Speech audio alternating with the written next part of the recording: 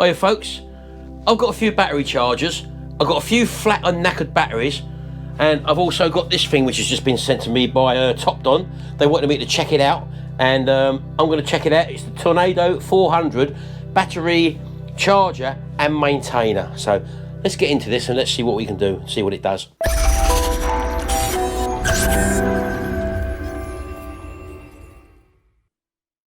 Right, well, having a multitude of vehicles around my premises, cars and motorbikes, 6 volt and 12 volt, I have always relied on the old type battery charger, which is this old heavy type. They're normally pretty cheap, these ones. But as batteries have got more and more sophisticated, they don't always do the job. For example, there's different types of batteries. You've got AGM, you've got the regular flooded lead acid batteries, which these are, or this one is, for example. I've got 2 regular flooded lead acid batteries here.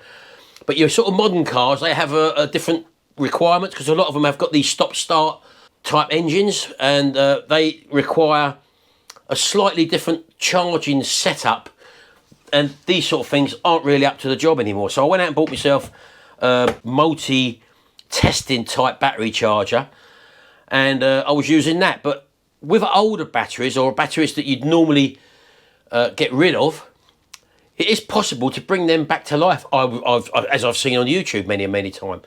But I've tried charging these 2 batteries, for example, with this, and they haven't charged these 2 batteries here. With this battery won't even recognise these 2 batteries at all, because this is one of the newer digital type chargers. And this being a 12 volt battery, if you get an amp meter and register across this, it only registers about 5.5 volts. So the lowest this one does is 6. This will do a 6 volt charge battery, but it's not even up to that, so I can't even get to start to charge this. So this charger basically isn't any good whatsoever for a battery that is unconditioned or beyond sort of the normal realms of normal charging, for example. So this thing apparently can do a lot more than what that one can do and that one can do. And this is although this is quite a modern one, this is really quite a heavy unit. This thing, you can pick it up in one hand and it's light. That's got another transformer in it. So let's put them 2 to the side. That's what I've been using with limitations. So this Topdon 4000, the thing that drew me to this is that it's got a repair feature on it. And also, these chargers can't really charge lithium ion. This can charge a lithium ion battery as well. So I'll open the box and have a look inside. So first of all I will say is that I've noticed that Topdon stuff comes really well packaged. So we're into the box now. Let's open it up, and here's the actual unit. You get obviously a manual, which we should all read. Comes in various languages. Let's take the actual unit out, and you get a few extra leads in here. This lead here, for example, that's your main lead coming out of the actual controller, and this lead can plug into there as well. And this, I think, you would use on to maintain your battery if you're keeping your battery maintained for a period of time. And all these leads are actually independently fused as well to protect the unit. So you get a maintainer lead, I would imagine that is. You get the main crocodile clip leads again, which plug into that socket there, and also is inline fused as well, which is a great thing. And I've got a few Topdon products now, and one thing I will realise is their leads, their crocodile clips, are actually first class. I've not seen good leads like these on any other product. Even the sort of do-it-yourself battery charger, these are absolutely rubbish leads. These are, look, them crocodile clamps, absolutely useless. Although saying that, these ones are actually not too bad on the big battery charger. But again, I spent a lot of money on that old battery charger over there. So let's have a little look at the unit. Put them leads to the side for a minute. So here it is, and again, a little handheld unit. You can fix it to the wall. It's got 4 screw provisions for you to put it on the wall. And as you can see, we've got different modes to it here. We've got the 12 volt normal, which is your normal sort of size battery. Then you've also got your 12 volt small, which is like a motorcycle battery size. Then it does a 6 volt battery. Then it will do a 12 volt lithium battery, and it's also got the repair feature as well. So these are the 2 things that I was basically interested in. I haven't got a lithium battery charger, so I now have. And I don't know what this does, this repair feature. I do know that I've got 2 dodgy batteries here that I know can't take a normal charge off of them normal chargers that I've got. So we'll be able to put these to the test and see what this does. You've got a 25, 50, 75 and 100% charging or cycle indicators there. So I think what we'll do, we'll put that box to one side. We'll get our lead and we'll just plug that in up there. Now, as I say, this lead has got quite a good length on it as well. So there we go. That's got to be a 1.5 metre long, that one. And then you've got obviously your connection leads as well. We'll just plug that in to the connector there. And again, you can only plug this in one way. And they do very good connectors as well, I noticed on the Topdon stuff. It's really nice quality stuff. So that's that. So there's our 2 leads. We've got it plugged in. And I'll bring in, first of all, the large car battery. Now, the last time I checked this was when I done a battery test on my new battery tester analyzer. And this thing couldn't even recognise this battery was on it, because for this to work you have to have a certain amount of voltage to activate the Bluetooth module in here, and that sends an app to your phone. So this thing, and I've got a video to that, I'll leave the video link up in the top corner there, where you can actually see me put this to the test, and also this battery as well. They didn't even register on my other chargers. I've tried charging both of these off of both of them chargers, them original chargers, and they didn't want to know. So this is a real test for this battery charger. So I'll just get a test meter. I've got a test meter, wait there. So if I just turn that on, we'll set that to DC volts 20 maximum. And just put these on the terminals. I don't know what this is going to show. So it's showing it's got 8.3 volts in there. But as I say, this didn't have any showing on my battery tester whatsoever. So it's showing it's got something in there, but there's obviously not a lot. And it won't hold a charge. It won't take a charge. This has been on charge for over a 24-hour period on the normal charger, and that's all it's still reading. This one here, again, is a 12-volt battery, and I think the last time I connected this one up, it showed about 5 volts or something like that. Here it's showing 6.13 volts, but as I say, that is a 12-volt battery, and again, I can't charge it on either of them 2 chargers. It won't hold a charge. I've tried both of these batteries, both of them chargers there, on both of them batteries for 24 hours, and it didn't want to know. So let's put that little one to the side. We'll bring our charger there. Let me just switch that off at the wall for a minute till I connect up. So I'm going to connect up to the battery now. And again, these clips, they just really just sort of hang on to things. Bring it around the back there. Connect the negative to the negative. Right, so I'm just going to switch it on. And what we've got is the flashing mode. Now this is a normal battery, this. But I'm not interested in a normal battery, because I want to get it to the repair feature to see if it will start holding the charge. So you double click to move it along to the next button. Keep going along. Double click, double click, double click, and one more click, double click. Right, I'm on the repair feature now, and then once you've got to your feature, you just press it once, and that should start it going. There we go. So it's now solid. And it's now doing the repair feature, which I'm going to have to leave now for probably 24 hours. And we should start to see it increase and go up to there to see if it's repaired it.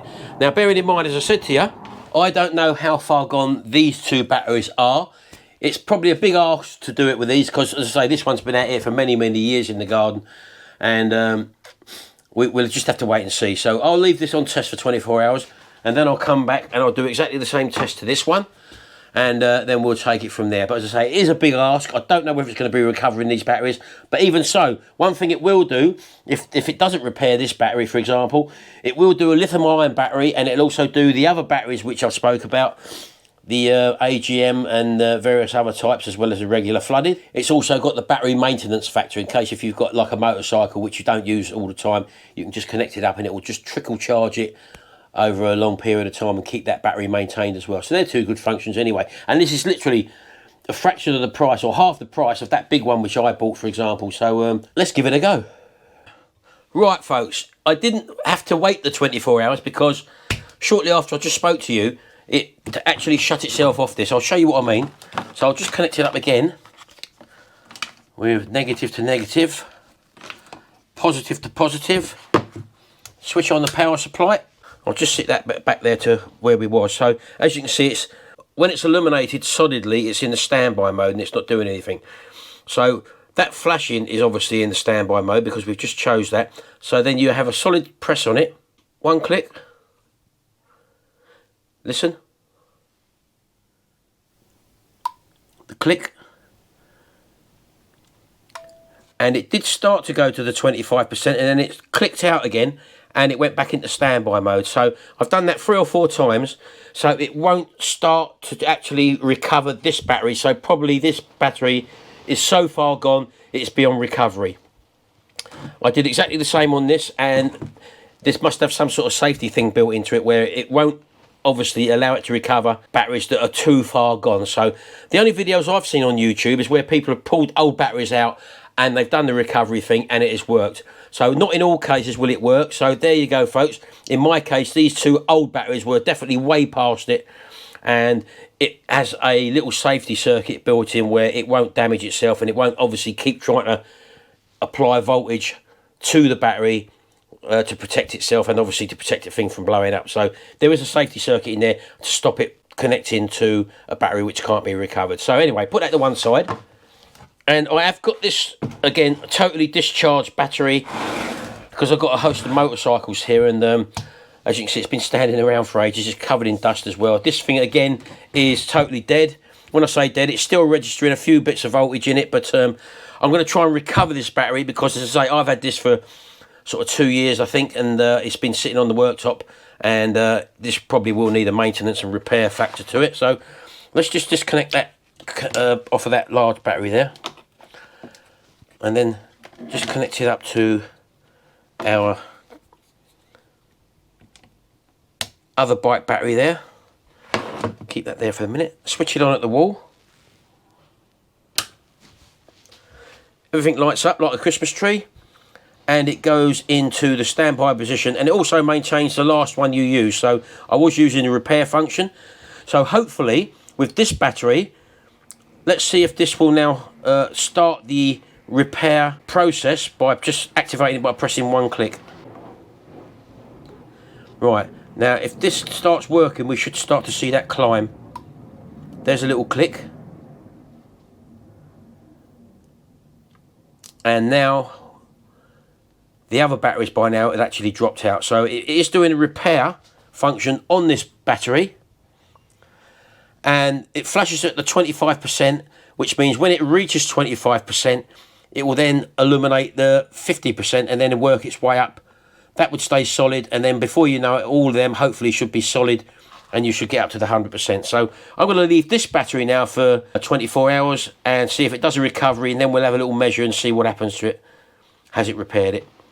So this has got what they call 10-step charging, and I don't know if you can see that at all. There's a little sine wave of the charging as it progresses along its duration there, and the voltage and the current, they go up and down, whereas a normal battery charger, something like this one for example, just gives you one constant supply output. And digital modern technology batteries, for example, a lot of them are so sensitive for voltage and current demands on them, because a lot of them are working in the background running microprocessors and computers and stuff like that, that the crudeness of that sort of battery charger just can't cut the mustard with today's new batteries, especially when you get into the AGM batteries, the gel matted batteries. Those are the sort of the stop-start cars where you stop-start at traffic lights and stuff like that. They have to have such a demand on them, and the batteries have got to be in peak condition, and you can only sort of get that sort of conditioning with something like a digital charger along this line sort of thing. I have had, as I say, this one for quite a while. This is a really big old, heavy old charger, but as I say, it won't recognise certain batteries when they go below a certain performance line. This repair feature on here obviously has got the facility to do that. And also, which that battery charger can't do, that can't charge up lithium-ion batteries. And more vehicles now have got lithium-ion batteries installed in them. Not only that, you might have other vehicles, I don't know. Could be boats, could be jet skis, stuff like that. Any other sort of marine equipment or stuff like that, or stuff that you use down on the farm. You know, it's handy having a one-glove-fits-all scenario. And as I say, this hopefully will do the job. And what I like about it is it's a nice little compact light unit as well. So we'll see how that goes. I'll leave that on charge for 24 hours, and then we'll come back and see the condition of that battery. I think with the conditioning, I'm not too sure, because I've obviously never done this before, the repair function may fully charge it as well. We'll know that afterwards, because we'll do a check on it afterwards and see if it has actually fully charged it. Right folks, it's now the next day. Let's have a look and see what this battery charger is showing us. So let's get into that. Right, well, on the display there, as you can see, we're back into standby mode again. That's gone solid. The 25, 50, 75 and 100% charging cycle lights are all illuminated. And our repair feature light is solid, showing that that's done the job. So, technically speaking, this battery, as far as I'm concerned now, should be fully maintained and it should be fully charged. And what I'm going to do now, I'm going to get my other device from Topdon, which is a battery checker, and we'll run the battery checker through and see exactly what this battery is now capable of. Let's just get that out. Put that to one side. So what we do with this is we literally just connect this up to the battery in the same way, positive to positive and negative to negative, like that. Let's put that over there. So the green indicator shows that we're powered up now. So I'm just going to activate it on my phone. I've got the app on my phone. Right, so I've just gone through the menu now. You can see we're connected via Bluetooth, and I'm going to do a battery test. Start. So we select our battery type. This is just a standard regular flooded cold cranking amps. On the battery it says it's got 135 cold cranking amps. So we're going to just type in, or put our thing down to 135 and press OK, and then just press next. So it should be doing a test on the battery now. There we go, look at this. So it's saying the state of health of the battery there is 100%, state of charge is 98%. The cold cranking amps, apparently it's showing 235. So it's actually above what it's saying it's capable of there. It's showing 12.59 volts in there, and it's got the internal resistance of the battery there. So there you go. This battery now is okay. So it's got a full charge. It looks like it's going to hold a charge. And with this tool as well, you can actually do an in-car or in-vehicle test where it will test the cranking amps and stuff like that, just by doing what you call a system test there. You've got three parts to the system test. You've got the cranking test, which we can't do because we're not in the car. We've just done the battery test, which is indicated there, and you can also do the charging test and all, which you would do in the car as well. But purely for this purposes, we're sitting on the bench, we've just done the battery test, and this battery now is coming back as A-OK. So that's a good battery, I can use that. These two I'll hold on to, because there may be a way, I've seen ways on YouTube where you can actually change the chemicals inside with like flush them out and then reload them again. Now I might keep them for future projects for different batteries. Okay, so I've dug out a few more old batteries there. As you can see, I've got a few more there. I've tried all them out. I don't want to repair them. They're totally gone. They're beyond repair, basically. So what I'll be doing is taking them down. It gives me the confirmation to take them down to get them weighed in the scrapyard. But I found this one. Now this one come off my son's car. This one is not holding a charge. It's very poor. So we'll try and do a repair on this one and see what this comes back with. So let's just get our little battery tester and just see what the state of this battery is. So we're going to be doing a battery test. So let's click start. The battery type is a regular flooded. If you can't see the cold cranking amps, which don't appear to be written down there, we've got the EN figure there. So let's go for the EN. And on the phone, we just tick the EN button, click OK, and then system capacity. We saw that as 760 amps. So we scroll down to 760. There we go. So we put a dot in there, press OK, click next. Now we're doing a test on the battery. There we go. So it says there, as you can see, bad battery, state of health 43%, state of charge 88%. And the test value is 500 amps. So this was rated at 760 amps using the EN feature, and we can definitely see that it needs work. So what we'll do, we'll put this into the repair function and see if the values improve on this. So let's go and do that. So we can disconnect our battery tester. Nice bit of kit that, actually. Bring in our new charger. That's negative to negative. and positive to positive. Switch it on at the wall. Right, okay, so we're on the 12 volt repair function. So we'll just press this once. That should go solid. And hopefully we should see that bar start to climb there, if it's going to accept the repair. Hear the click. And it started climbing. So I'm going to leave this now for 24 hours. And then we'll come back to this one and see what the figures differ to the other one. I have charged this on numerous occasions. It will not hold a charge. Within the engine turning over about 5 or 6 or 7 times, it then slows right down to virtually, well, nothing. So that's the reason why this battery is a redundant battery. Whether we can repair it or what, I don't know. Let's give it a go. Right, another day, folks. We're back again. So let's see what this tester has done to this battery now. So the same as we saw on the smaller motorcycle battery, we've got 25, 50, 75, 100%. It's been repaired. So we'll get our battery tester and connect that back up again and just see what this shows us. Okay, let's get my phone out and fire up the app. So we're on a battery test. Press start. The battery type is regular flooded, as we know. System standard, we're doing the EN function on this battery because that's all we could see. And it's already set for 760 amps there. So press OK and then press next. Let's go through the cycle and see what it comes back as. Oh, right, okay, so it's better than it was. It was in the red before, as you remember. And state of health is still showing only 49%. It's been charged 100%, so it is obviously, your battery is dying there, whereas before it was in the red, if you remember. And it's showing a test value of 535 amps, so it's still lower than what it should be, but it is better. So I don't know whether or not that if you'd done repair features on that over and over again, that would slowly improve. I'm not too sure, but so to a certain extent, this repair feature has done more than what these other two chargers can do. So there you go. Pretty conclusive there. I think it has done something to this battery which them chargers couldn't do, and it's probably half the price of that big one, as I've shown you. And the thing is, you can put that anywhere. It's only light, as I said to you before, so it's a nice little light portable unit. And no doubt it just charges a normal battery in the normal way, so it's not really worth me showing you that. But as I say, the two things I was interested in was doing the lithium ion battery, which this obviously charges up, and also the repair feature as well. And it has made a change to this battery. So you can't charge all batteries, so it will tell you if it's beyond repair, so to speak, in which case you're wasting your time.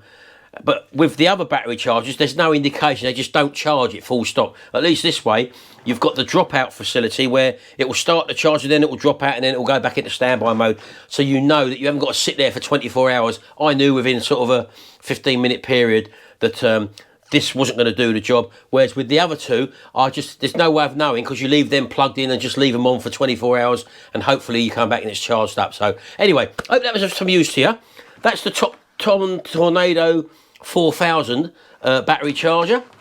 So thanks again, Topdon, for sending me that. So they haven't paid me for doing this review. They just sent me a free sample, basically. And that allowed me to give an honest review because I'm not being paid for it. So that's that. That's my findings anyway. Have a look on YouTube. Have a look at some other videos on it and see what you think as well. It's going to be handy. As I say, now what I'll do, I'll be using this one all the time. And them ones I can push to the back now because I don't really need them anymore. And I might even sell them actually because, as I say, I don't really need them. That was my biggest concern with them older battery chargers. I would connect a battery up and not know whether or not it's charged or not until you put it back on the car. But Andy also having this thing, the BT Mobile Lite battery check as well. I'll leave a link below for both of these units in the section below as well. And I'll try and get onto Topdon as well. Because they've sent me this, they may give me some sort of discount code, I don't know. But keep a regular check below in the description below the video and see if there may be a code in there where I've actually spoke to them and they've allowed me a code. Or sometimes they do special offers on eBay. So we'll have to keep an eye out for that as well. So thanks very much, folks. I hope you've enjoyed this video. And I'm still bunged up with the flu at the moment. So I've just come out here. It's taken me 4 days to film this video. And this is where I can benefit you because you can only go by what you see on a video, for example, when you're watching these sort of things. And it can take a few days to test out this product. It's taken me 4 days to get to this stage. So there you go. I've taken the time to do this video. Hopefully you can benefit out of it and see if this will suit you and do what you want it to do. Thanks very much, folks. I'll see you in the next video. And until then, bye for now.